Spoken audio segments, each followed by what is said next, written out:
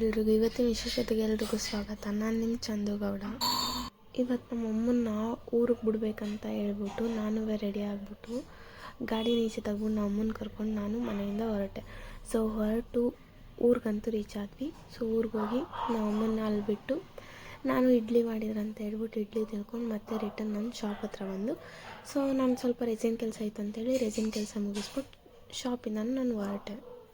ಅಲ್ಲಿಂದ ಡೈರೆಕ್ಟ್ ಪರೋಟ ಜಂಕ್ಷನ್ಗೆ ಹೋಗಿ ನಾನು ನಮ್ಮ ಫ್ರೆಂಡ್ಸ್ ಎಲ್ಲ ಕಾಫಿ ಕುಡ್ಕೊಂಡು ಒಂದಷ್ಟು ಫೋಟೋಸ್ ತೊಗೊಂಡು ಆಟಗಳು ಆಡ್ಕೊಂಡು ಆಮೇಲೆ ಅವ್ರಿಗೂ ಟೈಮ್ ಆಯಿತು ಅಂತ ಹೇಳ್ಬಿಟ್ಟು ಅವರು ಊರಿಗೆ ಹೋಗಬೇಕಿತ್ತು. ಅವರು ಹೊರಟರು.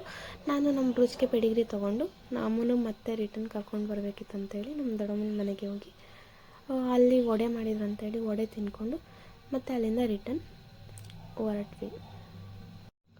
ಅಲ್ಲಿಂದ ಹೊರಟು ನಮ್ಮ ಬಾಳೆಹಣ್ಣು ಹಿಡ್ಕೊ ಕೂತ್ಕೊ ಅಂತಂದರೆ ಹಿಂದೆ ಕೂತ್ಕೊಂಡು ಬಾಳೆಹಣ್ಣು ತಿಂತಿದ್ರು. ಅದರಲ್ಲಿ ಬೇರೆ ವೀಡಿಯೋ ಮಾಡಲ್ವ ಅಂತ ಬೇರೆ ಕೇಳಿದ್ರು. ಅದಕ್ಕೆ ಅವ್ರ ವೀಡಿಯೋನೂ ಮಾಡಿಕೊಂಡು ಸೀದಾ ನಾನು ಮನೆಗೆ ಹೊರಟೆ.